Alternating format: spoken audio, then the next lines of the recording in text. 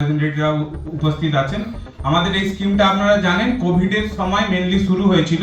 কোভিডের সময় সকলের ব্যবসা বা এই সবগুলো বন্ধ হয়ে গেছিল এবং তারপরে কোভিডের পরবর্তীকালে গভর্নমেন্ট এটা একটা আপনাদের ছোট্ট ফান্ডের ব্যবস্থা করেছিল, যার থেকে আপনারা আবার ব্যবসাটা শুরু করতে পারেন।